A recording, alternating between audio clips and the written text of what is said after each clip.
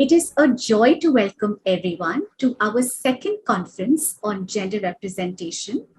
Some of our conversations today form the backbone of our work at the Center for India-Australia Studies and OP Jindal Global University.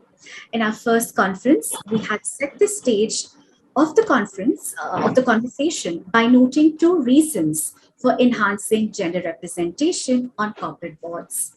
First, gender equality, and second, improved board performance. In Australia, women on boards increased from 29.8% to 33.5%. That is about a 4% increase from 2019 to 2021. Around the same period of pre-pandemic, and then of course, flowing into the pandemic stage, women on boards increased from 15.5% to 17.3%. That is about an increase of 1.8% in India. The data is sourced from the Credit Suisse Gender 3000 Report 2021. However, this data is a far cry from gender parity on corporate boards. This begs the question that if we need to increase gender representation on boards, who is in the position to bring about the change? Who do we speak to? These are sources of power, both within and outside the company, that play a role in the appointment of directors. For example, the nominations committee or a similar subcommittee. So, for example, if you're looking at Australia, we call them the nominations committee. But if you look at India, there's a slight difference in name, and we call them the nomination and remuneration committee. But the task of this particular committee essentially is to recommend directors to the board. The board then deliberates and then passes on to the shareholders for their consideration and final election and appointment of the board. And of course, the nominations committee is an internal source of power that identifies potential candidates for directorships. And a few finalized names are sent to the board for their input before being placed before shareholders, which are an external source of power. Some sources, such as the media, representative bodies, and advocacy groups, worked indirectly by placing before companies research and expectations on board composition. In the past, where internal sources have not understood expectations of external sources, there has been a pushback. The Australian Council of Superannuation Investors, ACSI, a representative body of superannuation funds or pension funds, launched a revised gender diversity policy in 2019, where members were recommended to vote against the following. First, the chair of the board. Second, the chair of the nominations committee. Third, members of the nominations committee. And last, the longest serving director seeking re-election in the ASX 300 companies, as long as these particular companies had poor gender representation. And these were also companies where the super fund was a shareholder. This caused boards to critically evaluate the name of directorial candidates sent out to shareholders for election. In India, on the other hand, academic scholarship finds institutional investors to be largely passive. One reason could be their trust in the promoter or the dominant shareholder in the company. Promoter groups have large shareholdings in India, in many cases above the 50% threshold, which gives them a controlling stake, including decisions on directorial appointments. This is true for government, family-based, and subsidiaries of foreign companies. Our panelists, Rachel and Hetal, who have worked closely with shareholders, can share further insights. A key contrast between India and Australia is to find promoters on the board and in nominations committees, in India in particular. They're also likely to be board chairs, but they're not likely to be chairs of the nominations committee, since the chair of the nominations committee is required by the Companies Act in India to be an independent director. So even though they're not chair of the nominations committee, promoters find themselves to be members of the nominations committee, responsible for recommending candidates for directorships to the board. As such, there is a high level of power in the hands of promoters in director appointments. This raises concerns of transparency and advocating appointments where directors should not feel beholden to the promoter. In both countries, however, references or networks seem to be the key source of receiving names of directorial candidates for appointment. However, leading ASX companies are recently seen to be shifting away from this network-driven process to engaging search firms or headhunters, as we call them in Australia, to identify suitable directorial candidates, particularly independent directors. The role of search firms is becoming increasingly important, and they can play an instrumental role in gender representation because the list of potential directors sent to the company lies in their hands. It is believed that there is a talent pool of women directors, candidates, for directorship, but search firms need to assist companies harness that talent pool. This might be by providing an equal number of gender diverse directorial candidates for the company to consider.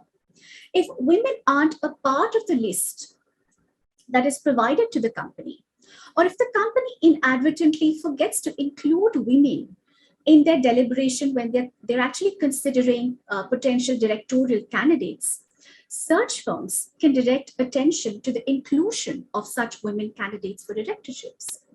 In India, this might become even more important to avoid a culture where the company feels it only needs to consider women for the one woman director mandate provided by the Companies Act. Ensuring women are considered for every independent director role is pivotal, whether mandated or not. It will be a delight to hear from our panelist, Shweta, who is the head of Vahura OnBoards, a prominent search firm in India. While we celebrate the increase of women in leading Australian and Indian companies, one aspect that is overlooked is the empirical data. And this empirical data includes women on multiple boards. Therefore, the 33% approximately, or the 17% in India approximately, of women directorships might realistically be less if one excludes women on multiple boards. Every board, regardless of size, seeks the cream of women directors who might otherwise be engaged. Given their demand, we find seasoned women directors might have maxed out the boards on which they can sit. This makes it important to bring fresh talent on the boards. However, bringing fresh talent might open a Pandora box of whether women are token appointments or whether they bring the necessary skill sets to the board. In India, the question becomes even more critical since there is a one woman director mandate and companies feel, or they might feel, that they have no choice but to comply. Another incidental aspect of the one woman director mandate in India is this emerging trend, particularly in companies with two women directors. And what we find in such companies is that while there will be one woman director who is independent, because that's mandated by the Companies Act, particularly for listed companies, she is often accompanied by a second non-executive woman director who happens not to be independent, either because the second woman director is a promoter or related to the promoter in family-based companies, or might be nominated by the promoter in government-based companies. This again makes the 17% directorship that we note in India realistically less. From a legal and policy perspective, we look forward to receiving Sumati Krishnamurthy's perspective, along with Mr. Rajiv Luthra's perspective on this issue. Mr. Rajiv Luthra is the managing director of one of the prominent law firms in India, Luthra and Luthra Law Offices. Sumati is the Vice President, Knowledge Management at Luthra and Luthra Law Offices. And she will be facilitating Mr. Luthra in the conversation. Mr. Luthra is unfortunately suffering from a little bit of a cold and a little bit of sore throat. That there are also there's also been a recent personal tragedy in his family. So our condolences with Mr. Luthra. Um, but we're very glad that Mr. Luthra has taken time to join us and discuss this very important issue. So thank you, Mr. Luthra, for joining us today. I think implicit in the issue of gender representation is creating and maintaining a pipeline of women in mid-management roles that forms the talent pool, not just for executive director roles, but also non-executive director roles. This is a pressing issue for both India and Australia, with underpinnings in society. Suitable maternity leave for both parents needs government consideration. Many women opt out from work during the childbearing and rearing age. At this stage, women consider flexible roles, while many select pathways to directorships, then returning back to management roles that tend to be intensive. This affects the pipeline of women in C-suite roles, and in turn, it affects the talent pool for future executive directors. This could be one of the reasons to observe fewer women in executive directorships in both India and Australia. I'm thrilled to have Professor Akshaya Kamalnath from the Australian National University delve further into this issue. An emerging aspect which affects the pipeline of women in management in the Indian context, however, and which is a contrast to Australia, is safety. As a developing economy, India provides services to different parts of the globe, which requires employees to work during the night. Working at night raises safety concerns, particularly commuting back from work at odd hours. The result of safety concerns has been for companies to advertently or inadvertently give preference to male employees for projects that require them to work late nights, which sort of disincentivizes women and might be perceived to be discriminatory. It also means that women lose an opportunity to upskill themselves. These are some of the themes for our panelists to consider in today's session. With this background in mind, I invite our first panelist, Rachel Waterhouse, CEO of the Australian Shareholders Association, to address the following question. What practices can shareholders adopt to encourage improved gender representation on boards, including small investors? How successful have some of these practices been in the past? Okay, thank you very much. And that was a really informative background on both countries. So just a little bit of background on myself and the organisation. We're Australian. We look after retail shareholders. And so as far as shareholders and gender, they have an opportunity, as you mentioned, to vote in directors. So that is the opportunity. And as an organisation, we monitor about 140 organisations, and they're listed organisations, so key companies in Australia. And we are looking at what is the composition of the board. So we do think that skills is really important, and the overarching skills on the board and disclosure of what those are. But we do look for over 30% females and 30% men on a board. Now, that is something that we've been having internal conversations around, because it's really pleasing to see that of the top 200 companies here, we have gone over that 30%. So we will vote against resolutions at companies and directors if we do see that there isn't a good mix of that male, female on the board. And we're really looking at it from what are the skills and how do we make sure we don't have a homogeneous board making decisions. So really then we are looking at the other things around the board. We need to look at the management pipeline. So it is really important that females are coming through and the right strategies are in place. And for both the board and the management, metrics are the most important aspect there, because transparency and how you're tracking as a company, what percentage of women you have on board, what percentage of women you have in executive roles and the percentage of women in management roles.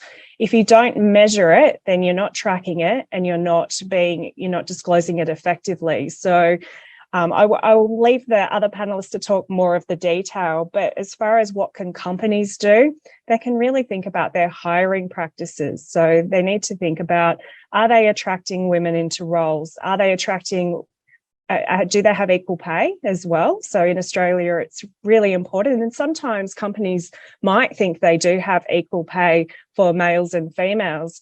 But again, it's the data and the metrics. Has that company really looked at it? And do they know that for sure? Because they may think, I've heard of an example where, a CEO had thought, yes, it's equal, but actually going away, doing the data, looking at it, might reveal a different trend that exists.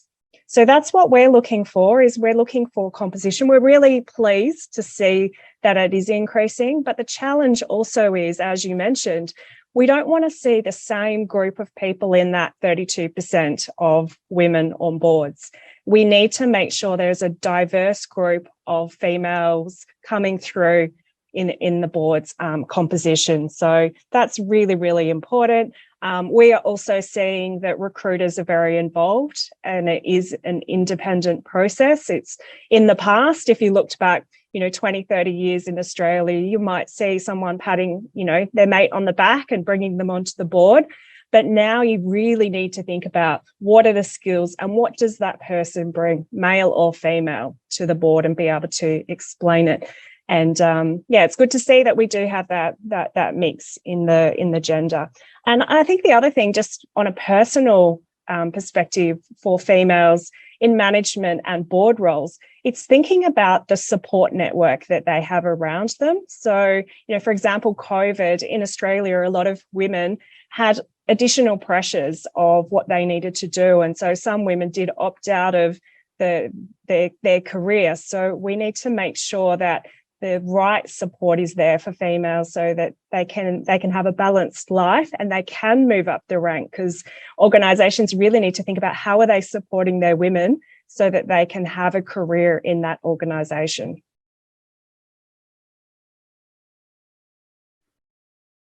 Yeah, thank you so much for that, Rachel, and some very key points coming from that, particularly engagement of companies with employees, making sure that they have a sufficient support system, particularly because COVID has really hit and impacted employees across the globe. We're seeing inflation play out in Australia as well as in Canada and other parts of the world as well. So clearly thinking about retaining women in the mid-management becomes crucial, and also because it does contribute in the long term to creating a pipeline of women directors, definitely for the C-suite roles and then executive roles, but also in case they do decide to go into the non-executive director role, then they do have that skill set that contributes towards it. Yeah, and I think the other thing is just really understanding that women, giving them those opportunities in leadership, that they can have a part-time role and they can have a serious part-time role. They can work 4 days a week and they've got a serious profession, and then they can move up over time. So that flexibility is something that's really important, to just keep women in the workforce, to have them progress up into those board roles and those senior management roles. And is the Australian Shareholders Association also considering just broad work culture of companies when they do decide to vote? Yeah, absolutely. So we are looking at the culture, and I think all organisations here are looking at that more. And you mentioned before around sexism or safety. It's around having training programs in place, and processes, but making sure they actually happen, which is the culture side, because you can have all the training and the processes, but people may not follow it. So you do need to make sure people are safe and that they can proceed in their career. And then the other one, I'm not sure on the Indian background, but a lot of companies here, they have to have a whistleblowing policy as well. So, that gives an opportunity for anyone that's in a difficult position within a company to be able to anonymously and be protected, be able to raise an issue. like bullying or sexism or, or even worse? And however, sometimes, because these are internal matters, particularly whistleblowing, it doesn't really come out into the public. There are privacy concerns, and generally companies do like to keep their privacy. So what happens in those situations where, the shareholders aren't often aware of some of these internal concerns of the company? So what can shareholders do really in terms of perhaps requesting for more disclosure, or what should be the remedies for companies to ensure they've got good corporate governance practices, particularly related to gender? So we're in the fortunate position that we have about 200 volunteers involved in this monitoring process, and they do meet the chair and the chair of the remuneration committee about 6 weeks or a few weeks before an AGM. And that's an opportunity to ask them these questions. Have you had, how many whistleblowing complaints have you had? What are the themes that you are seeing? And it may be they don't have a whistleblowing complaint, but from their complaints, and that's culture. And to really then go, well, what are those themes? And then what is the strategy that you're putting in place? So that's a great opportunity for us to have that conversation. It's not just about the financial metrics. We all know now that culture drives financials. Well, I think we do. But yeah, it really does. So those are the conversations that we need to be having, not just, you've increased 5% year on year revenue. That's great. We need to go, well, what's the culture and what's the, how does staff feel? Are they satisfied in their roles? What's the turnover? So really thinking about that staff satisfaction, how they can raise issues. There's certain industries and sectors that have had things that have made the media, which, if you are monitoring one of those companies, you'd be asking them about, especially banking, you'd be asking them, well, what did you learn from the inquiry and how are you progressing? And now some companies are really good at displaying that. So there's one company in particular that went through the inquiry. There were outcomes, and then they put together a very detailed plan and they were transparent in it. And it took some time, but that's the type of action that you really expect from boards shifting and making change and looking for culture and a change. And that is interesting. I think it's very important, particularly for representative organizations, to proactively take this up with companies, particularly the issue of corporate culture within companies, and to really push for transparency within companies. And with that, it is now time to invite our second panelist, Professor Akshaya Kamalnath, Senior Lecturer at the Australian National University, to address the pipeline issue. A question that we had in mind for Professor Kamalnath was, do you believe that there are fewer women in executive director roles on boards? And should women in management roles continue to be in these particular roles, or should they opt out mid-career for a directorial role? Opinions are divided on this. Some believe that women should opt out because a board career provides flexibility, while others believe they should continue in that mid-management role so that they can progress to a C-suite role and from there into an executive role. So in essence, the idea is to create a pipeline of women to transition from C-suite to executive director roles at a later stage. This will, of course, facilitate in improving gender representation in C-suite, in executive director roles. So what are your thoughts on this?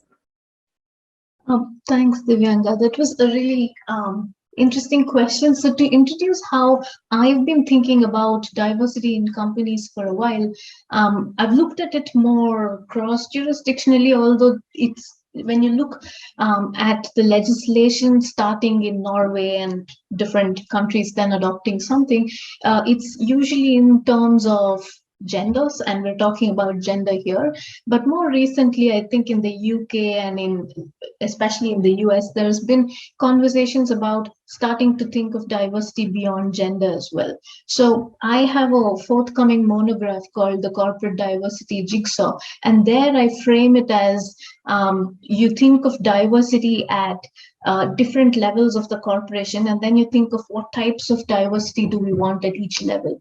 So since we're talking about gender today, I definitely think there is a role for gender diversity at each level, but of course we need to look at what our rationales are. So I think asking me about the pipeline rather than when you frame it as a pipeline, I think we're thinking about how we can get women slowly on the board.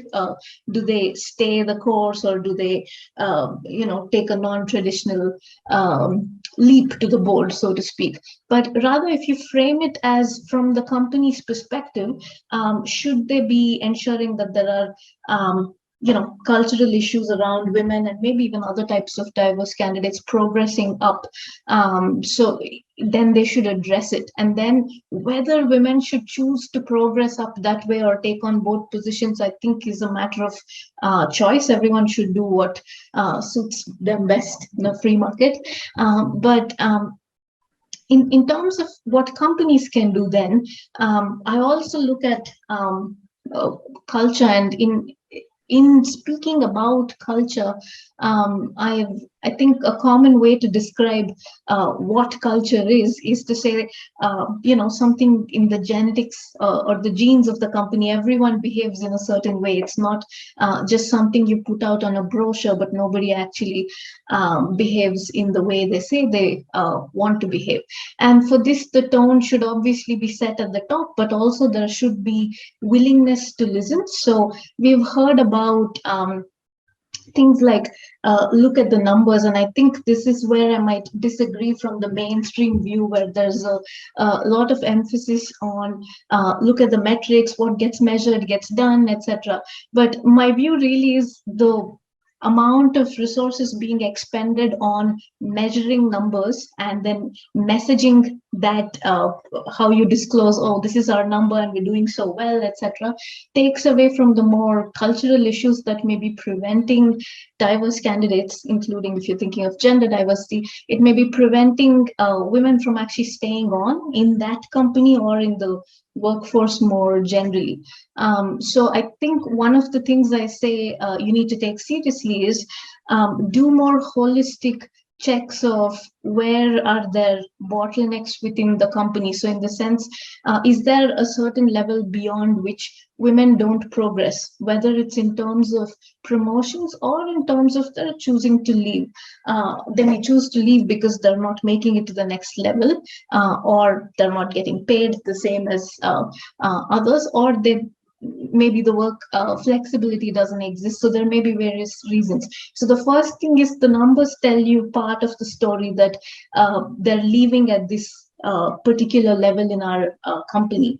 But the next part should be the board's willingness to actually want to engage and look at why they're leaving at this level. So almost every company has exit interviews, but I don't know if they actually systematically review these and look for patterns. So for instance, is there a pattern of a lot of attrition in a certain team in that company? Could be just women, could be women and men. So, if there is a culture of bullying in a certain team, it may affect both women and men, or there may be some conditions that particularly affect women. So looking at these sort of things, I guess if you want to act ex post, wait for there to be a problem and then look through exit interviews and look for patterns.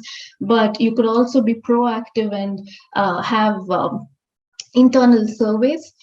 So whistleblower mechanisms do exist, but it usually takes a lot for a person to decide to blow the whistle, even if they're anonymous, because then they need to provide evidence. There's probably an investigation, etc. But a more informal survey kind of helps companies keep, and these results of these surveys should be going up to the board. So it helps the board actually track what's happening. Are employees in our company actually happy. So there is a way for negative information to leak out even without formal whistleblower issues, even if they're kept quiet within the company. In the current day and age of social media, also where you have things like Glassdoor and those sort of online or rather places that aggregate employee views about culture, etc. So both negative and positive information will flow out. In a smaller country, it could even be by word of mouth. In the US, maybe there's more, you need things like Glassdoor to get this information.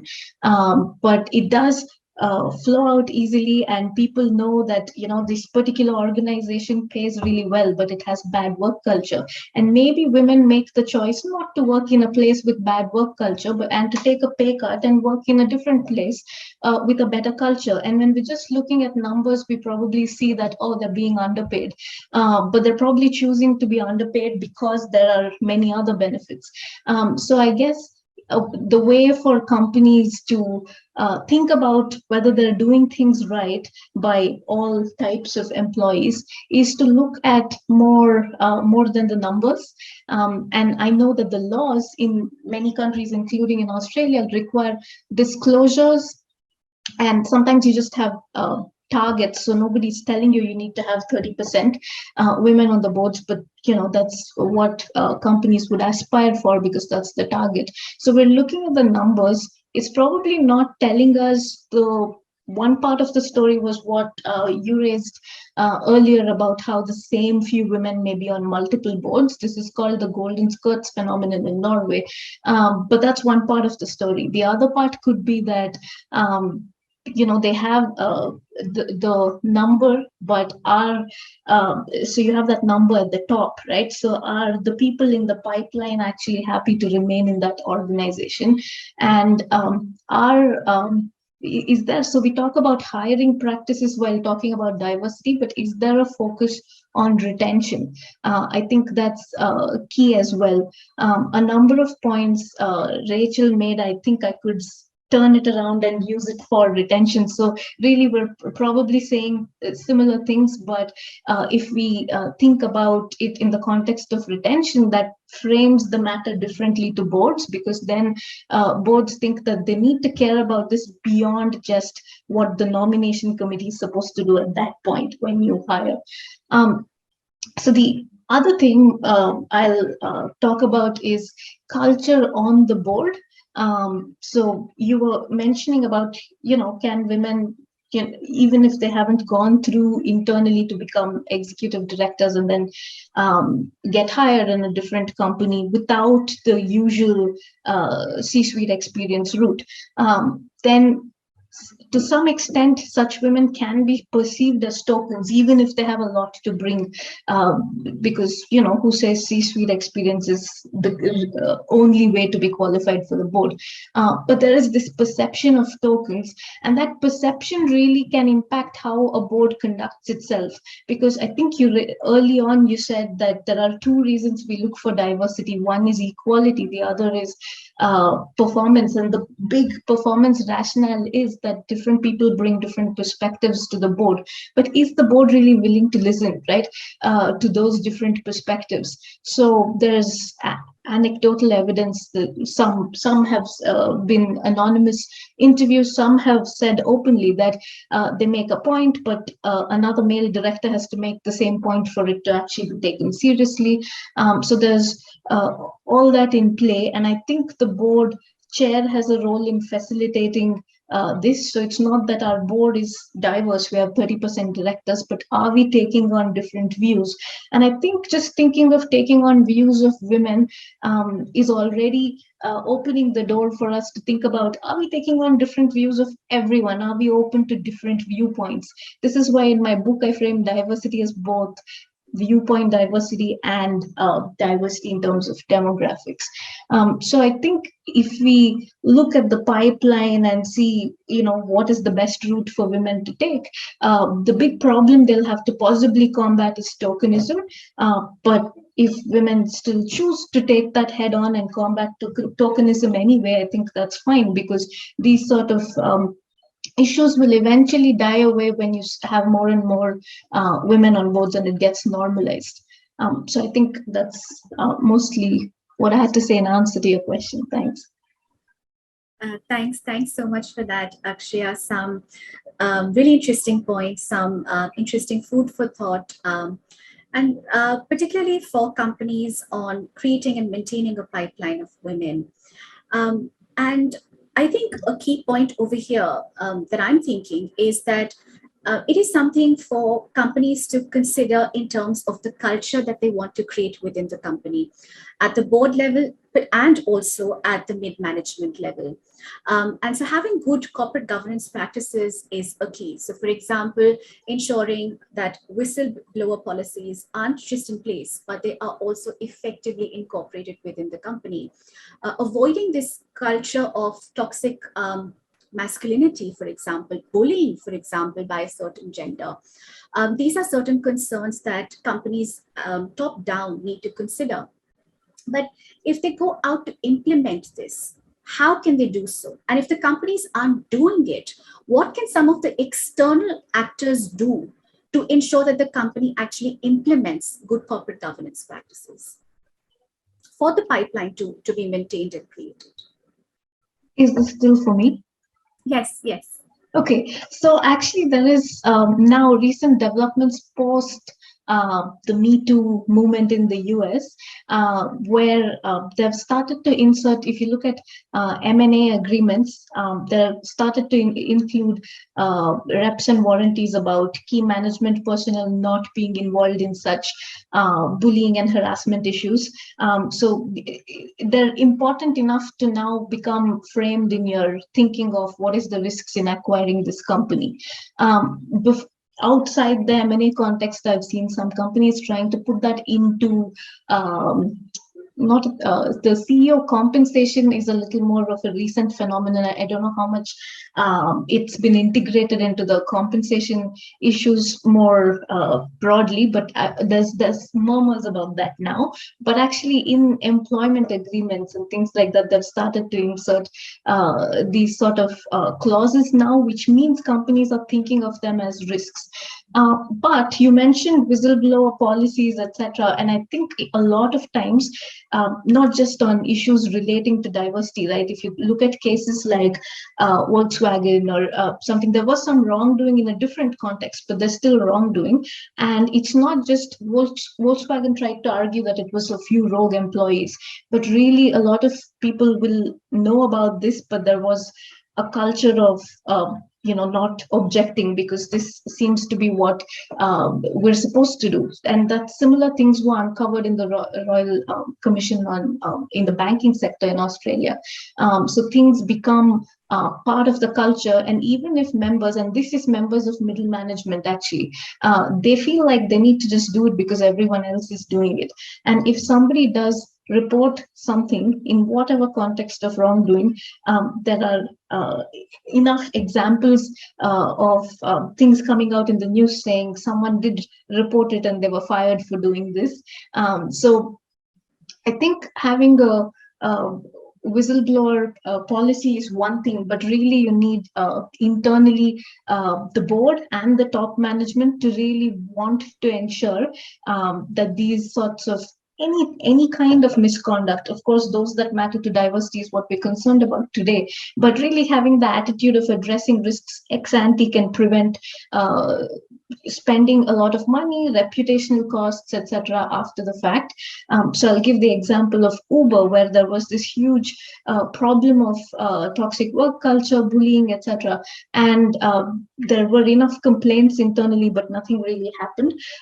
But once an employee published a blog post, it doesn't have to be a lawsuit, it doesn't have to be a whistleblower complaint that suddenly becomes public. So now you could just have someone report something on a blog or a social media website, and it could have huge reputational costs. So I think for companies, the answer is to start thinking about it in their risk management framework and then implementing it across.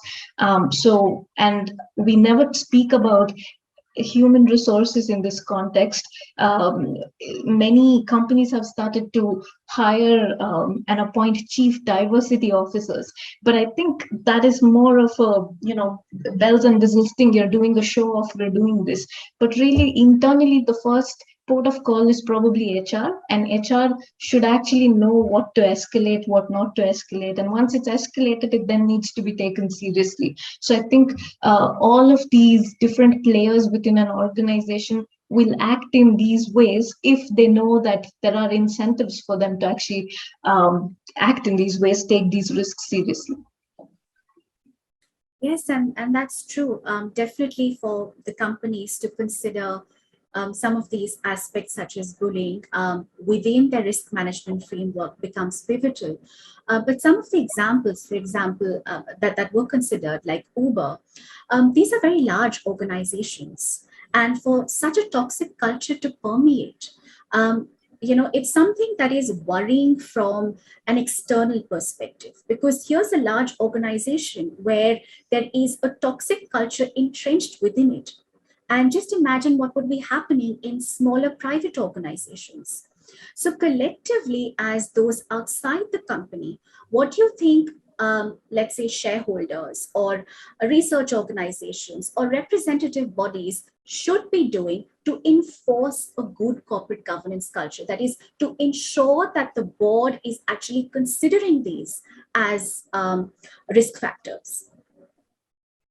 I think more than shareholders, yes, shareholders in terms of institutional investors have these sort of back channel conversations. They're able to actually prioritize. If they take these as a priority, then they're able to talk about it with management. But I think in recent times, there's a lot of academic literature around saying how we're saying disclosures are on the basis of informing shareholders, but really it's a lot of it is stakeholders wanting to get informed. So you said research organization or even like activist organizations, there's a role they play in terms of picking up this information and putting it out. But I think more recently, in the past few years, employees have been a very useful source in just the information. I said both good and bad information has a way of coming out, and companies have not really caught on to this yet. What we're seeing now is every time there's a social media storm, companies react in a sort of knee-jerk reaction. How do we make this go away? Maybe let's fire this person who's in the eye of the storm. But they're not really thinking of a long-term policy of how to prevent this. And I think it's a matter of time. There are such conversations. We mentioned search firms early on, but thinking of board consultancy services that actually work with companies for board evaluation, part of their offerings is also working on culture. So we're seeing companies spend on this only when they've had some massive issue, like Uber did pay, they commissioned the Eric Holder report and made that public and everything, but that's after something major happened. So I think in terms of external drivers, what we have is the conversation getting really highlighted or turbocharged now because of social media, and companies are aware of this, and in a sense it's working. But I wouldn't worry as much about large companies versus small companies, because you said, oh, if this is the case in large companies, how would it be in smaller companies? I think large companies with a reputation of being the best in this way, or being good paymasters, or having other things going for it, can afford to survive with a lot of attrition, because a smaller company would really care about retaining good employees. When SpaceX was in its younger days, when it started, there was not a company survey, but an outside academic survey about how the top students in certain top universities went to SpaceX over the better paying companies. And they said it's because we get to do cutting edge work and we get our views heard. So there has to be other things that attract people to smaller companies. So I think we can expect actually more proactive work in this regard from smaller companies than bigger ones. Yes. Definitely. And thinking of companies, we shift to our panelists from India. Unfortunately, Aparna Mittal from Samna couldn't join us, but we are delighted to have Sumati Krishnamurthy representing Mr. Rajiv Luthra from Luthra and Luthra Law Offices to share her thoughts on this very hotly debated issue. And if Mr. Luthra is also on the call with us, we warmly invite him to share his views as well. Hi, good afternoon, everybody. I think Luthra is there, but I'm not sure whether it's to start. Yes. So go ahead, speak. I've been listening. I'm a little better now, but you please go ahead and I'll join. Okay, thank you, Mr. Luthra. Very good afternoon, everybody. It was a very interesting conversation so far, and I was really happy to hear from different regions speak about what diversity means in their place. Now, we were all talking about company and shareholders and their thought process when they want to engage, a female employee up the ladder.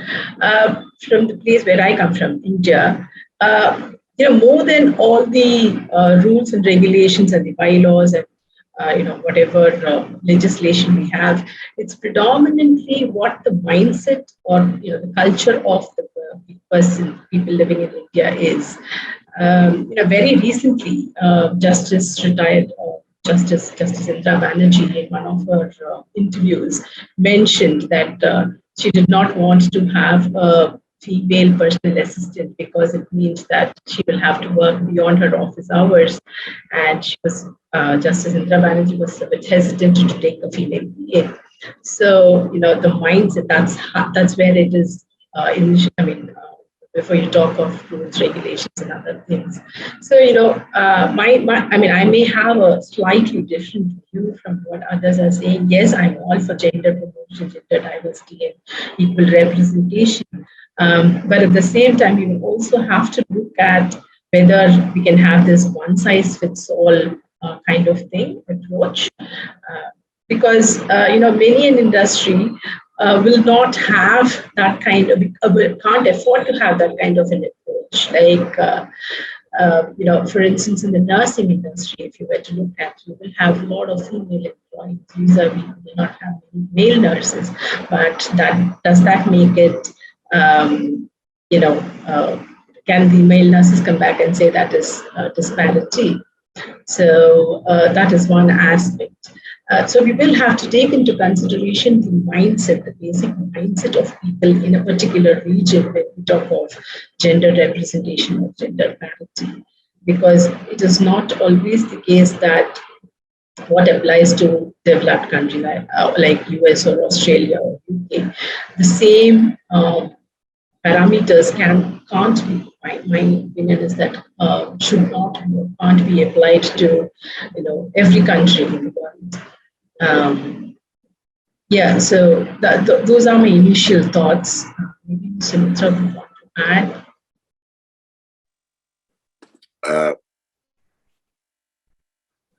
Good evening, good afternoon. Quickly, I've heard everybody, very interesting conversation. I just want to raise one thing, and I'm not a negative person, but I want to put this on record and see if we can, the researchers, etc., can work on it.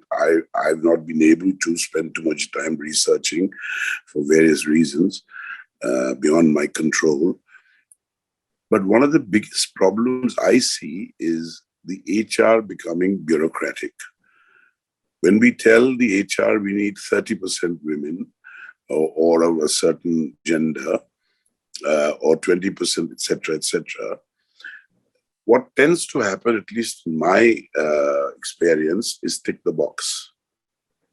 And that tick the box is a very, very dangerous situation that starts to develop, where we can have some very high quality genders not getting in and some very low quality genders getting in because the HR has fulfilled their duties.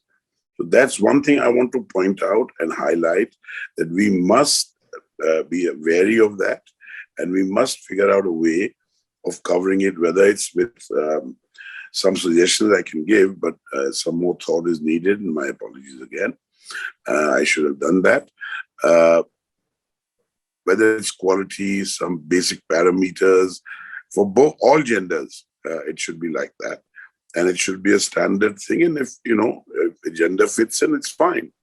But if we bring in things like shareholder control, we bring in valuation of companies, those kind of things, then this whole process will tend to continue, is my view. Sumati? Yes, Mr. Luthra. Yes, as we had mentioned, because in India it's totally a different ballgame. What is seen as okay with US and Australia may not be okay, may not be seen as okay in India. So yes, I agree with that. And it's not just about ticking the boxes.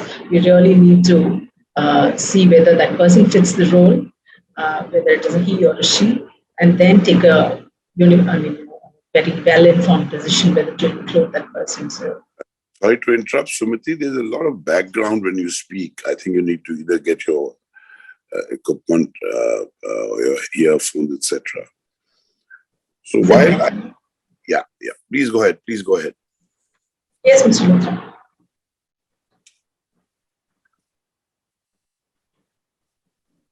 Some very interesting points there from Mr. Luthra and from Sumati, which does provide a very interesting contrast to perhaps what we see in Australia, because this issue of perhaps a token appointment or our companies in India simply ticking the box for perhaps public image or good perception, or perhaps just to satisfy the promoter, because perhaps the promoter would have wanted a certain director on the board, and given the power that the promoter has in Indian companies, we do see certain companies perhaps tilt a certain way. And this tick in the box is a bit of an issue that does need to be tackled tactfully, but and it has to be ensured that it is uprooted completely from the ground. And I think one way of looking at the issue could be that both genders are bringing different types of attributes to the board. So it's not just skill sets that we're looking at. So it's not just the knowledge that a particular person possesses. And that is perhaps what I am getting an understanding of in terms of high quality candidates of a certain gender, as in possessing certain knowledge or being a part of a particular industry for a very prolonged period of time, which is given that particular gender, the time as well as the knowledge to make decisions on certain matters, which perhaps another gender might not have received. Hence the difference in terms of quality. So in those situations, I think that perhaps a balance would need to be considered. And I'm also happy for other panelists to consider this in their conversations. But the way we actually go out and seek candidates needs to be considering not just the knowledge in terms of the number of years a particular person has worked in an industry, but also those attributes that the person might be bringing to the board. And hence this whole concern with, is this person a good fit for that particular role? In terms of being able to work with the board collectively also needs to be considered somewhere in that conversation. So, of course, I'm going to leave that to the other panelists to consider in their conversation. If Sumati and Mr. Luthra have certain thoughts on this, I'm happy to hear from them as well. So perhaps before we move to the next panelist, I'm happy to hear from Sumati and Mr. Luthra. So very quickly, getting onto a board or getting onto becoming an employee is a voluntary thing. Now, I'll tell you, I'm on a number of boards. Our own firm, we are completely agnostic to what gender, and it doesn't matter. If you have the qualities, what we need as a firm, they are welcome, and we have many, many diverse people in our firm. And they're hungrier. There are a lot of attributes you get and a lot of benefits, as long as we keep that. Now, the problem is on a number of public companies, and in fact, today I have two AGMs to attend just after this. It's it's very difficult to get a lady member, for example, on our board. We can't find. And, headhunting, going there, so that's a big challenge too. Now, think about it. If as a company, I'm going to be penalized because I don't have, it's mandatory in India to have at least one lady member. But if I don't get, what do? I can't produce them. Not at this age, at least. But that aside, what do? Let's think of that, and that will be very useful. And that's a very interesting point. And perhaps I will leave it to Shweta to also address this in her discussion in terms of how can search firms actually assist or facilitate companies meet their skill set requirements. Because I do, and in a country with a very high population, I do find it difficult to believe that there aren't enough women to meet the skill sets required by this particular organization. Perhaps we just need to take a little bit of time and look around and take assistance of others who might be able to help us, particularly search firms, to meet those particular demands. So our next panelist brings a perspective from an industry that is increasingly becoming crucial at the preliminary stage of recruiting directors. This industry is broadly termed as human resources, but in particular, our focus is on search firms or headhunters, as we call them in Australia, that can facilitate companies meet their needs of directors with specific skill sets. Very excited to introduce Shweta Rao from one of India's premier search firms, Vahura OnBoard, to share her thoughts. And we have a specific question for her. And that sort of addresses Mr. Luthra's concern as well, which is there a sufficient talent pool of women to be considered for directorial roles? If yes, are search firms looking wide enough? Many directors in India and Australia believe that search firms are suggesting names of women directorial candidates well established in the industry, leaving little scope for fresh talent to come on the board. Great. Thank you, Divyangana. Thank you to all of you for, you, Sean, the OP Jindal Global University for putting together this project of Women on Boards, India and Australia. Mr. Luthra, I will definitely take your question and happy to connect with you offline to understand what are the concerns you are having as an executive board member and how we can be of assistance. And I sincerely hope that before some such session next time, you will not have this thing of where do we produce these women from. So having said that, pleasure and privilege to be on this panel, keen to understand how we can further the gender diversity quotient on Indian boards and the role that executive search firms can play in this, which is always obviously our primary endeavor. I'm sorry, the viral is going around. I hope my cough and throat do behave themselves. So please do excuse me. What I would like to begin with is by saying that at Vahura OnBoard, and what I can focus on is the independent women director, independent director search space. Our focus is that, and my experiences will be coming from that particular thought process. So firstly, I would like to take a quick peek at global and Indian statistics before I delve into what our experiences have been, what is our takeaways, which we would like to share with aspirant board members. So very quickly, there is the good and not so good, both when it comes to these kind of statistics. So globally, we have seen that I think about 19.7% of both seats are held by women. The increase, unfortunately, has been just 2.8% since 2018, compared with 1.9% over 2016 to 2018. Unfortunately, at this pace, the world could expect to reach parity, near parity, only in 2045. The latest research has also shown that 6.7% of board chairs are women, but these represent just a 1.4 increase from 2018. Even fewer women, which is 5%, hold the CEO role. Now, the good news is also that there's a positive and a very pronounced ripple effect, which is evident when we do have a female CEO leadership and board diversity. So again, globally, women with companies with women CEOs have significantly more women on their boards than those run by men. So 33.5 versus 19.4. So that's quite a, the difference we can see is quite significant. And these stats are similar for companies with female chairs as well. Again, the most diverse boards tend to be found at companies with women CEOs or chairs. Now, like I mentioned, these are some global statistics. In terms of comparison, I think we've had this conversation even in the morning, but very quickly, in 2022, women are holding about 17.1% of board seats in India. This is as per Deloitte's global report. Now, this number is increased by 9.4% from the 2014 edition. So 2014 edition was immediately in the wake of the Companies Act 2013 being mandated. In terms of when we look at European countries where we have established that there is a good representation of women on board. However, what we have to also keep in mind is when we are looking at, for instance, in 2003, Norway mandated 40% board seats. In 2007, Spain recommended 40% board seats. In 2010, the 30% club campaign began in Britain. 2011, French Parliament passed a bill, again 40%.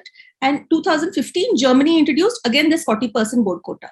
However, in case of comparison with European markets, we need to remember our Companies Act is only 65 years old. So we should definitely learn and emulate from these countries. Coming to India, quick look at what are we seeing amongst our listed entities. So BSE companies are actually showing that all top 1,000 companies have women directors. And this is definitely up from just 379 companies in March 2014. In fact, now it has become a norm for all listed companies to have a woman on board. In fact, 20% of all the directors, which is a total of 22,504, 20% of this are women. However, in terms of when we are granularizing this further, it's only 8% which have appointed 3 or more women directors. So this is quite stark when we compare this to companies with men directors, which is like 96% of companies have 3 or more men directors. And only 12 companies have 5 women directors on their boards. For NSE, there are about 1920 companies on NSE, and about 60% of the women are actually independent directors. Of these women directors are independent directors. Now, having said all of this, I would like to now share what is our experiences also been when we work with Indian corporates. So clearly, I think the need for having gender diversity, not just gender diversity, but diversity at many levels, including age, thoughts, experiences, etc. But here we will be focusing on the gender diversity portion. So there is definitely an understanding these needs to reflect the people that they serve. So whether we are speaking about the multiple stakeholders, which are the customers, clients, and in case of government boards, even the community. So by and large, like I mentioned, Indian companies are understanding they need to refresh their boards to meet the regulatory timelines as well. In fact, another round of churn is expected on company boards, Indian company boards around 2023-24. Because as I mentioned earlier, the 2013 Companies Act mandated for every independent director 2 tenures, each tenure of 5 years, which means that all of the companies which had made sure that they were complying with what the law had mandated are now in need to again refresh their boards. And again, at a board composition level, yes, there needs to be a composite mix of sector expertise, functional expertise, all of this. But this does not need to be restricted to only the marquee women independent directors. So again, when we are talking about 5,200 plus companies in BSE, 1,900 plus in NSE, there is also a lot of other public companies having certain thresholds have been mandated by law to have women directors. Having said all of this, I'm only going to be talking about what the Ministry of Corporate Affairs has done in terms of creating this database for independent directors. Because when companies turn around and say, where am I going to get the right kind of talent? This is an initiative which is being taken by the Ministry of Corporate Affairs. And they have a database. I think they have about 5,800 women which are registered on this portal. Now, if we do the maths, we can kind of definitely understand that at least what the ministry is certifying as proficient professionals, there are enough and more on that portal. But having said that, yes, it is a portal, and I'm not too sure how many companies would have the bandwidth to go through this, sift through this, and pick up the right kind of talent. So like I said, Vahura OnBoard actually came into existence. Vahura was largely looking at the legal and the compliance space. So the governance function, which is what I look at, came into existence in the aftermath of the Companies Act. And that too, it came across in a manner which we had also would not have thought of, where the CHRO of a company, my colleague was talking to the CHRO for a general counsel mandate, just turned to her and told her, listen, you guys have a great legal network. Why don't you get me 2 lawyers on my board? My board has mandated I need to get 2 professionals. Why don't you get me 2 lawyers and try to see if you can bring me 1 woman? So like we have said, the kind of tokenism which was evident at that point in time has definitely changed. Boards for sure have understood the value that diversity brings in. But yes, like I said, we need to go beyond this golden skirt that we have spoken about. So from our point of view, we do try to tap into, existing women networks. So I think in the morning, somebody had spoken about this FICCI Flow program. So where they had this women on corporate boards, these kind of training programs also come with the right kind of credentials. So when FICCI Flow had this program, I think they began in 2013, 2014. That batch, I think today's all of the listed women directors on the listed entities must be at least 60% of women from that batch. And all of these are sitting on really good books. Other than that, obviously, we do have other networks that we try to tap into. And each of these networks are not of existing women directors. These are of networks which are trying to create the next pool of women leaders. So where we are seeing functional leaders, where we are seeing entrepreneurs, where we are seeing these kind of diverse skill sets being trained to take on further leadership positions. And obviously, as far as possible, we are looking at independent board positions. Again, some of our own experiences where the kind of resistance, I'm going to just share with you a few points that we do hear a lot. Our points of contact are typically the CHRO, the general counsel, the compliance head. In certain instances, yes, it is the board member. It could be even the CEO who's actually the point of contact for an independent director search. General view, I can tell you, is getting the right set of names is key to most companies. So what they are looking for is a particular set of brand. The larger, more renowned names of companies will generally not be looking at fresh set of talent. There's a higher probability of younger companies doing so. Again, like I said, profile is key.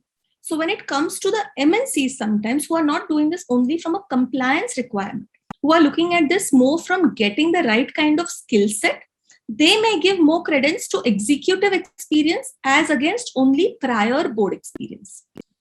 Again, what we have seen, different scenarios, different needs of every company, obviously. In certain segments, they need to have somebody who has a more, relevant experience, but this also leads to purists. So again, like I'm saying, these are the apprehensions, these are the conversations that we have had. So the fear is when you're bringing in somebody who has only one certain line of expertise, maybe they may have the right opinions on that, but they may not be able to look at it from a broader perspective. So like I said, these are some concerns. Now, Akshaya did mention that, if not board experiences, we can still be considering women professionals for these kind of board seats also. What we have seen is, even if it's not board experience, board exposure makes a lot of difference while attracting fresh talent of women. So there is the general counsels, the CFOs, etc., who come with both the functional expertise and who are normally permanent invitees to board meetings. So the ones who have had board exposure, who understand the functioning and the running of a board, there are higher chances of such people getting their first break. Now, the apprehension, like I mentioned, is because they do not have prior board experience. So a little bit of is that, as an independent director, they should be only prescribing the framework for the company, not mandating it. So like I said, so these apprehensions for first time fresh talent comes from a lot of different thoughts. And all of these apprehensions are what we are hoping to allay in the coming few months and years. Again, recruiting from known circles. Like, when Mr. Luthra says there are at the end of the day a limited pool of women, that's because we're looking at only the known circles. But why is that happening?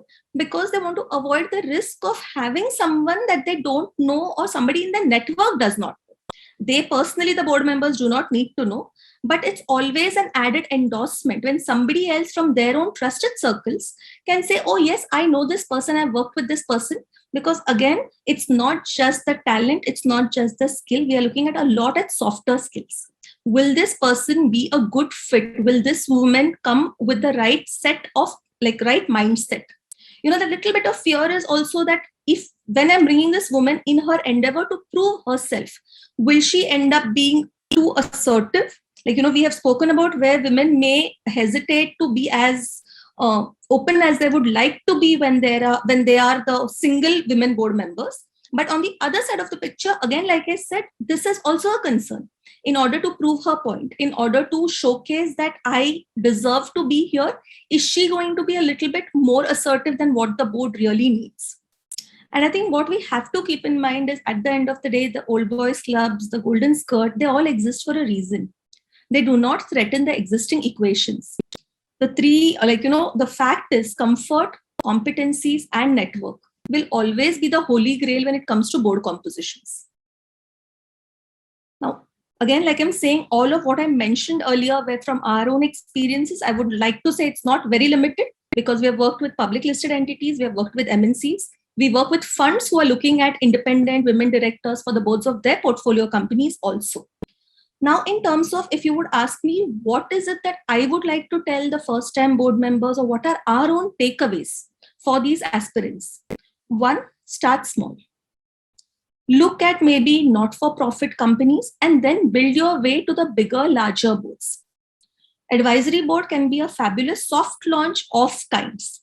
So recently, I think as one of the other panelists had mentioned in the session in the morning, so the FM Nirmala Sitharaman had addressed an all-women's seminar very recently.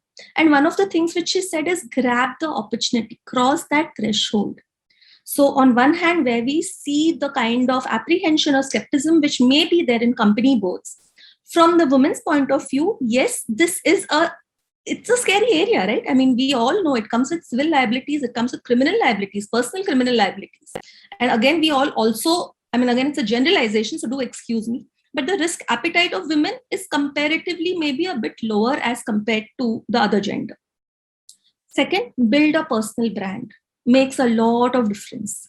In fact, we have senior women independent directors, despite being on listed entity boards.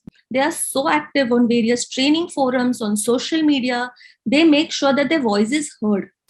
So if this is what the experienced women independent directors are doing, I would strongly suggest build your brand. Because the minute you have built your brand, the minute you have expressed your views, a glimpse of your personality is also come through during these kind of forums or during these kind of platforms. Network recommendations, again, every person I speak to, not just a woman, I do tell them, like, as executive search firms, yes, we're going to try our best, but I can also tell you to talk to your own network. Let them know that yes, I'm available and I would love to explore good independent board opportunities. Because creating your own lobby is definitely an important aspect. Because see, we are relatively still in that nascenter stage. I know that's not the right English, but I hope my sentiments are coming across. Again, like I said, be in touch with executive search firms, like reach out, get in the right kind of training programs, because again, this is not just from a learning perspective, which is also necessary, but also from, again, the network building perspective, because you're meeting like-minded people there. You are in an atmosphere, you are in a session where there are senior board members who could be actually tapped in to actually be your mentors also, even if it's not like a formal mentorship program which is being offered. Again, formal training on softer issues is what I've seen is more of a concern. Like when I said softer issues, what I mean is, do they have a big picture mindset? Are they don't want to be openly brazen, very aggressive? Put in your points, definitely put across your points, raise your points, but at the same time, do it in the right manner, which is why going back, it ties into either prior board experience, board exposure, because all of these things may make a difference or could make a difference. One of the, again, suggestions that I would have is if women can think of being part of working groups and thereafter committees of government or regulatory bodies. This is perceived as a recognition of their knowledge, their talent, and also gives them that simulated strategic or board exposure. in terms of what, of course, as corporate boards, as India, what all is it that we can think of? I genuinely do believe that we should think of joining or starting our own 30% club. We have reached this far. There is definitely a chance of us getting there, hopefully in the next decade or so, if we actively pursue that kind of end goal. Again, NSE Prime recently, I think in March 2022, NSE Prime has actually launched a new thing called NSE Prime, which NSE listed companies can adopt voluntarily. So this is a framework which prescribes higher standards of corporate governance for listed companies, which says at least 2 women directors. So again, like I said, so better corporate governance obviously means better markets, obviously reflects the right kind of messages, and obviously without meaning to, you are making sure that the gender representation boards is increasing. While doing succession planning, please do be sensitive to gender diversity. And lastly, again, like I mentioned, all of this has come in the wake of 2013 Companies Act, which point in time, most independent directors were men. We said we started off with a less than 5% women representation. So now with the churn that we are expecting, we can hopefully look at expanding the pool of talent and getting the right kind of women, fresh perspectives, fresh talent on. Very nicely put, Shweta. And I think having a search firm's perspective was really needed, because in the past, we've had conversations, and even those who've conducted studies, a lot of them have really focused on directors, or they've focused on chairs. Very few have actually focused on these external drivers and the input that they bring. And believe me that the input that search firms are now bringing, and the conversation that we should be having with the search firms is something that is so vital in the gender diversity space now. And I think having this conversation with the external drivers is going to be the one that will be driving gender representation more broadly, not just in India, but in Australia as well. And it is amazing to see how much search firms have accomplished in terms of assisting companies meet their needs for skill sets, along with considering diversity for such skill sets. And I'm mindful of the time. So we now move to our final panelist for today, Hetal Dalal, President and Chief Operating Officer, Institutional Investor Advisory Services, IiAS, to address the following question. Do shareholders in India consider lack of diversity as an issue of governance? If they do, what steps have they taken to improve gender representation in companies where they are stakeholders? Additionally, in your experience, are nomination and remuneration committees transparent in the process of recommending directors to the board, including women directors? How can listed companies in India achieve greater transparency in selecting women directors for shareholders to consider? The practice has been to recommend, generally that's the practice that we've noted, to recommend one woman director to meet the mandate set by the Companies Act 2013 and the SEBI regulations. And often by default, the one woman director that is nominated or actually recommended would be a better word to the shareholders. That's the one woman director that often does get appointed by shareholders. So there is seldom any choice really for shareholders to consider. So what are your thoughts on all of this? Well, I'm not sure whether I should be happy that I'm getting the last word, or I get to finally talk after such an august panel, in which case it makes that much more difficult. But that's a whole list of questions. Let me sort of try and answer them in a stepwise manner. Feel free to let me know if I've missed out anything. Shweta and I tend to be on the same page often enough, so I think I'm going to co-opt all that she said. But let me give you a sense of how corporate India has reacted and what investors are doing as far as gender diversity is concerned. I think when the regulation kicked in, right, this was 2014. When you look at the top 500 companies, women directorship was around 6%.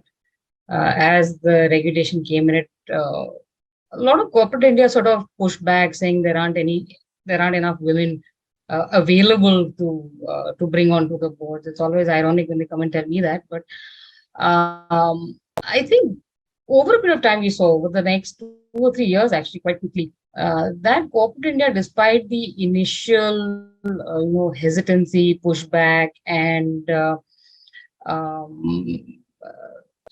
finally ended up saying that this is to be done, and therefore, how should we do it, right? The initial myth was that because a lot of corporate India is family controlled, you would have the wife, the mother, the daughter-in-law, so to speak, to join the board, check the box, you have to get on with it. But when you finally looked at the data, right, less than 10% of total board directorships was actually owned by the checkbox, so to speak. And even when you look at the checkbox of non-executive women directors, part of the promoter family, you will therefore bring in people like Neeta Ambani, Rajashri Birla, all of them get categorized in that bucket, right? And therefore, you certainly question whether corporate India has done the checkbox thing or they finally thought it through. And in our view, when we look at it, most of the 65% of the women on the board were independent directors. I think another 15-16% were executive directors, right? So corporate India, despite the initial pushback, did reasonably well in terms of getting women on the board. The kind of women that they got on board essentially meant that they were looking at this a little bit more seriously, despite a sort of regulatory mandated checkbox. I think what has happened since then is that the number of women directorships has stepped up effectively 1% every year. But it's plateaued in the last 3 years, and I think COVID has a little bit to do with it. I think that focus on building gender diversity has at some point lost its way as companies sort of struggled far more to simply get their act together around COVID and get the business moving. So I think a lot of that in terms of an agenda seems to have plateaued over the last 3 years. Even when you're looking at the mandate which came in saying, sure, you need to have one woman on the board and then you need to have one independent director on the board. Well, the fact remains is if you look at the average board size in India, right, it used to be between 9 and 10 board members on 31st of March. It is 10, and that's largely because, as Shweta said, the great refresh is coming. Independent directors the tenured independent directors are going to sort of exit the board, and therefore companies are strategically adding board members to ensure stability while they refresh the board. So the size of the board has gone up a little bit. So when you look at one woman on the board is effectively 10% by default. 2 women becomes 20%, right? There is research which says that you need to have at least 3 or more women for the diversity to be more effective. There needs to be at least 3 or more women for the diversity to actually be more effective. And to be fair, we are seeing, if you look at the top 500 companies, the number of boards which are now having more than more than 2 women directors, right? That's gone to about 32%.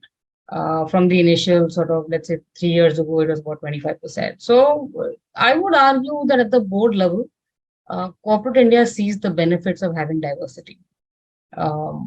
When you look at empirical evidence or anecdotal evidence, and Shweta can happily back me up here, I think one of the things women kept telling us was that to get a board position, they were interviewed far many more times than men. And therefore, the degree of skill, the degree of expectation, and the degree of expertise required of women is significantly higher to join the board than men. And that is something that we see as feedback at almost all quarters. When boards say that we don't have enough women to join there aren't enough women to join boards, the reality is there aren't enough women to join your board. You need to figure out how you're looking at board directorships and how you're looking at board functioning. I mean, to say simply loosely that there are not enough women, qualified women to add to the board, I think is being a little too callous. In terms of how we look at how investors look at it, right? And asset management industry itself has its own gender diversity problem. So there was a recent survey which said that globally, only 12% of fund managers are women. So that industry itself has a challenge to deal with. But having said so, one of the things that regulators have brought in is a stewardship responsibility for asset managers. This is essentially follows the UK code of UK stewardship code, and it's gone through a lot of markets in Asia. Has also come in. India's been, in my view, one of the later markets to bring this in. But IRDA, SEBI, PFRDA, all of them have now mandated that asset managers have a stewardship code and therefore engage with companies on agendas which are outside performance numbers, right? So ESG has sort of now become a conversation that all companies are having. There are ESG funds that have been launched, and therefore looking at the impact of some of these parameters on corporate India has become essential, and therefore driving change through engagement is becoming equally important.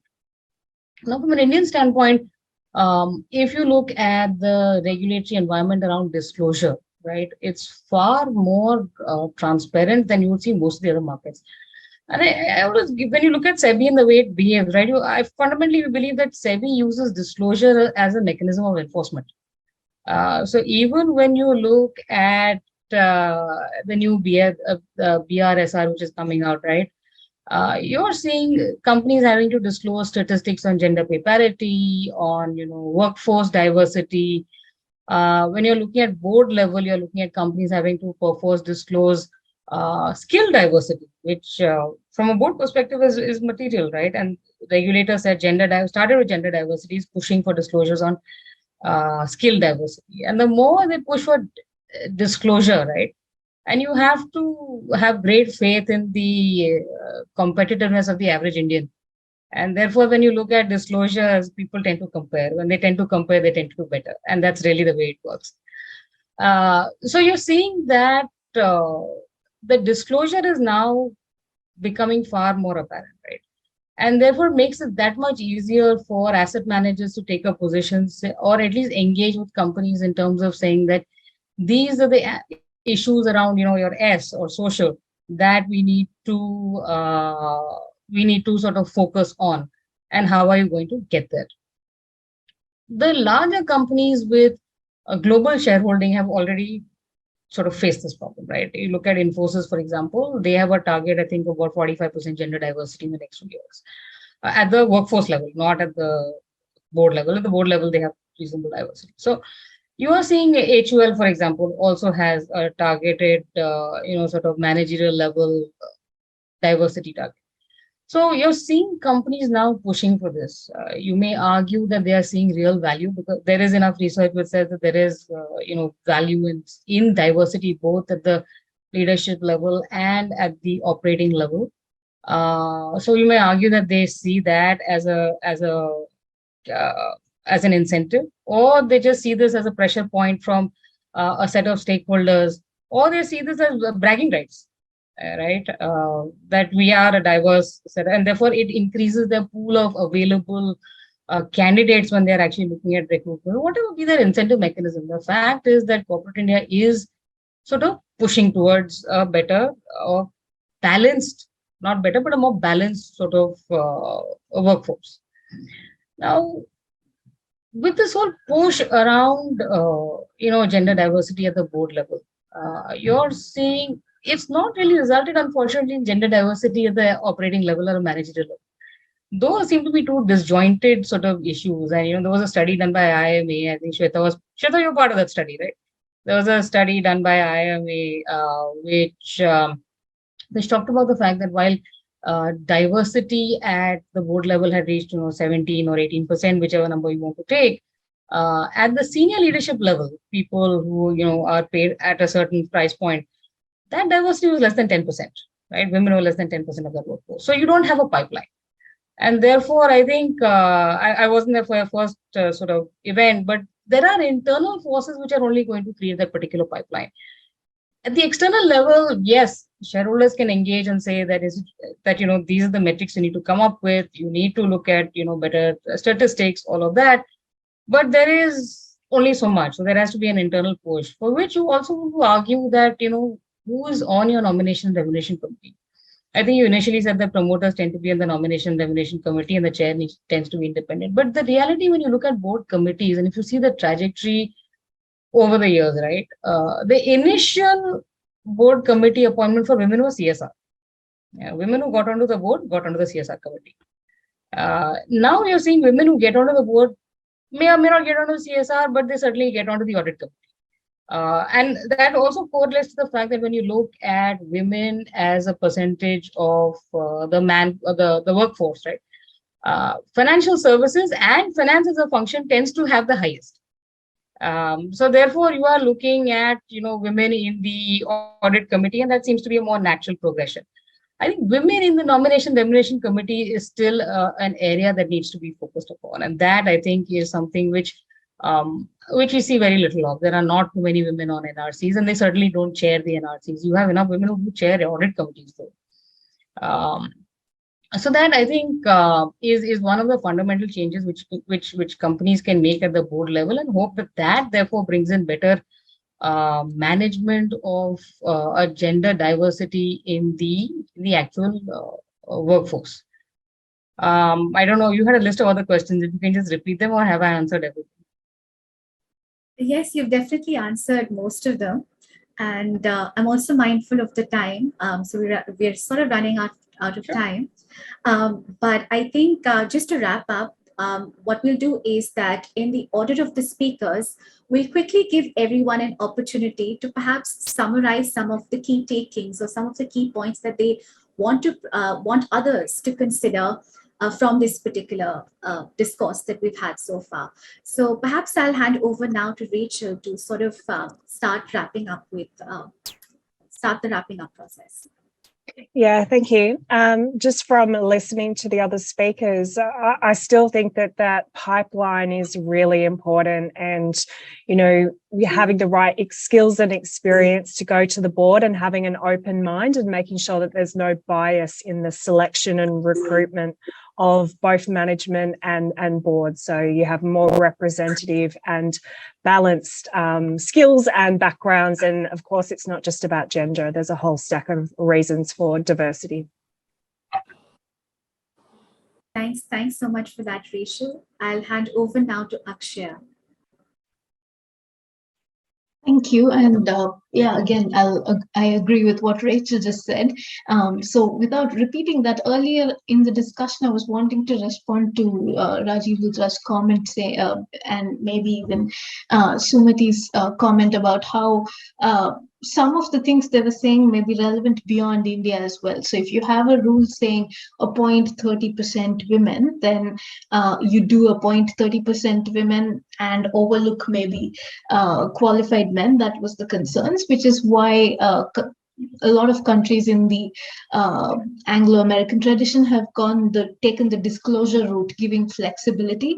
But I actually argue in my book that even when you take the disclosure route, disclosure with the threat of, or at least the targets hanging, kind of operates as a default quota, even if it's not a quota, and you tend to say that you want to at least meet that 30%. So I guess the solution is, in some contexts in the US, they've proposed the Rooney Rule, where, as Rachel was saying, we want to have certain measures in place to help hiring committees overcome their unconscious bias. So for this, at least shortlist one Black American candidate was the Rooney Rule. You could do that for gender, or shortlist a certain number of candidates of a different type. So they're kind of breaking through your initial bias, and then you can look at their qualifications and assess.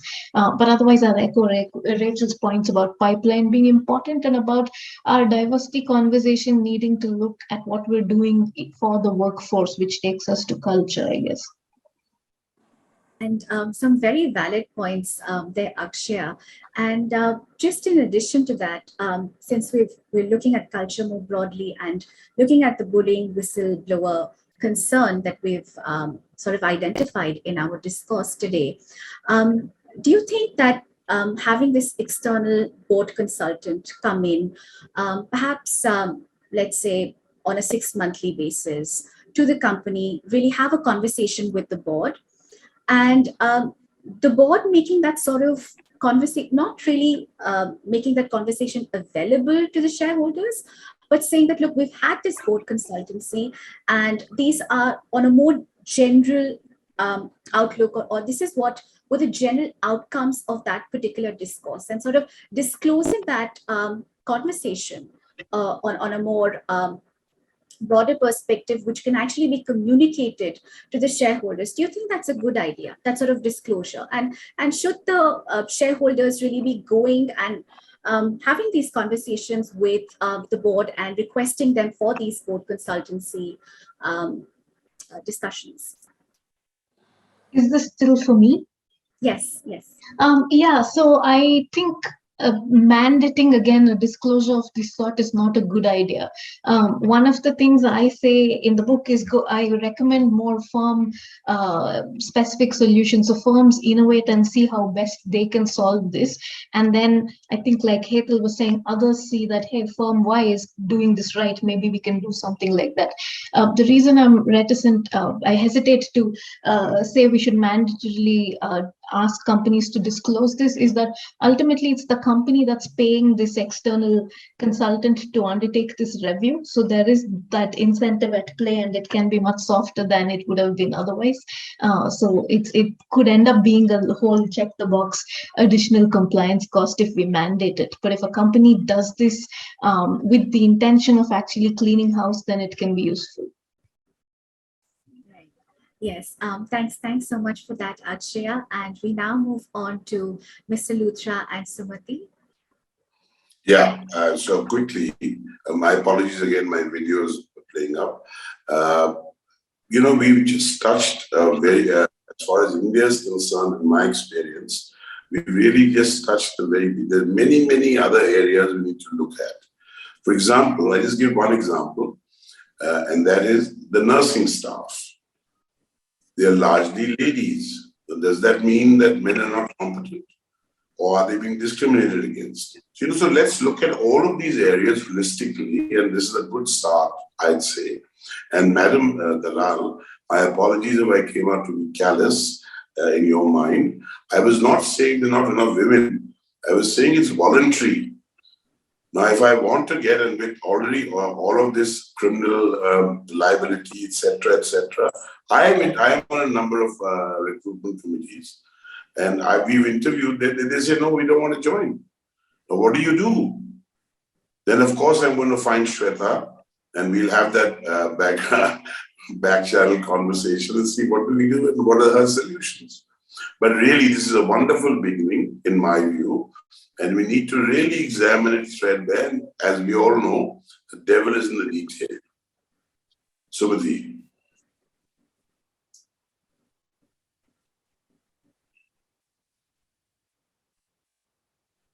You're on mute, Sumati.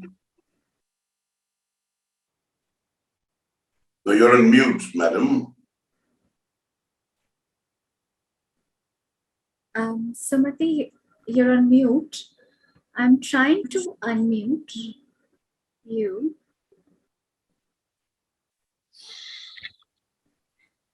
No, we're not able to hear Sumati.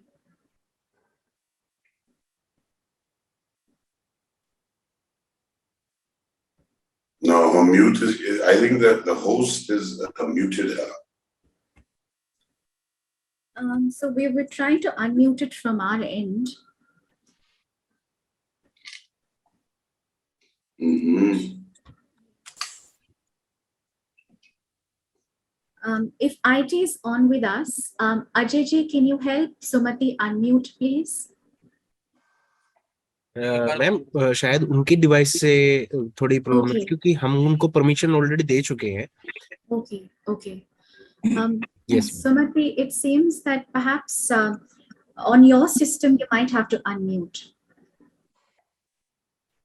Yes, I think you're you've been unmuted. Yes.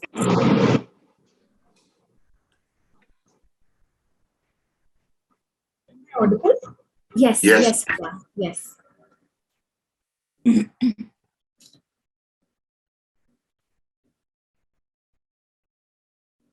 Am I audible? Yes. But I can't hear what you're saying. I'm so sorry. Okay, we can hear you, Sumati. I think Mr. Luthra would have given his concluding arguments. I'll act faster. I really did not hear much of what was said. All right. There's an issue with my system. Okay. So we'll probably move on to Shweta for her concluding remarks. Thank you, Mr. Luthra. Look forward to connecting with you and trying to resolve your issues. Fully agree with what Rachel and Akshaya have also said. I think I'm now not going to be talking at a board level, but in terms of concluding remarks, I think what I would like to say is at the end of the day, the leaking talent pipeline is the problem for not maybe the pool increasing to the extent it needs to increase. For that to be addressed, it's not just enough to give women maybe more, push them further. It is to make sure that you also make, having a same ground for both men and women. So, if men can also be a part of parenting duties, if they can be a part of, taking care of maybe ailing parents, etc., and that compassion comes from the organization itself without being judgmental, I'm pretty sure that that will itself help us to build the pool of competent professionals. Yes, thanks so much for that, Shweta. And now I hand over to Hetal. I should go before you, Shweta. But I think the larger point, and I'm going to take the shareholder point of view, but I think for a larger issue for institutional shareholders is, see, when you look at the whole ESG debate, right, a lot of the global conversations today focus on climate change. In India, the issues are different. Yes, climate change is an issue, I don't deny it, but when you look at the entire ordering of, what is primary and what is the critical issue, I think there has to be a certain degree of balance. And that's a conversation that even the government is having in terms of what is critical in terms of some of the issues. I think governance, yes, I think regulators have pushed for better governance standards. There are proxy advisors, there's enough media pushback. And I think over a period of time, given our own understanding of how corporate India has behaved, governance levels have improved. I think the focus now is on E and S, and given the nature of the country that India is, I think for asset managers, there has to be a certain degree of push towards more of the S factors. Diversity is one of them. And diversity is one of them, right? But it is certainly an element that needs to be focused upon. And I think as the degree of disclosure improves from corporate India, and as asset managers are pushed towards better, stronger stewardship responsibilities and called in to disclose their stewardship activities and outcomes, I think you're going to see a certain degree of market pressure on building better diversity in companies. Yes, definitely. And we do hope that we are able to see some of this diversity coming, particularly with external drivers of change working together to push for this particular diversity. And on that note, I want to thank our audience for investing their time with us, and to our panelists for being the stars of the show. And with that, we close the panel. Of course, before we close, if there are any questions that anybody would like to ask the panel, or if the panelists would like to ask each other, that's fine. And after that, we'll close. So if the panelists have any questions for each other, or if the audience has any questions, this is the time to ask. I would say not a question. One, Divyangana. Very quickly, okay. One question. When are you submitting us the final report of all the things we said? Yes, so for our project, we are working on the report, and we do have a little bit of time, but hopefully whenever it's done, we'll definitely share it with you, either in the report form or perhaps through an article. Thank you. Yes. And I think Shweta also wanted to ask a question. Yes, Shweta. So it was not a question, more a remark, a concluding remark maybe. So I think the purpose of the conference, which was external and internal drivers, this exercise has actually made a beginning there, right? Mr. Luthra was coming from a space of where he's on boards facing his problems. And I come from a place where as an external driver, we can maybe be of assistance. So I think such initiatives are great initiatives to get conversations going, which otherwise may not have been happening. So thank you for that, Divyangana. Yes, and thank you for being here and for actually starting this conversation, particularly with search firms, where we can, think about solutions and try and bring together different stakeholders and see what the different stakeholders can do for each other. All right. So any other remarks that anybody else wants to add, share?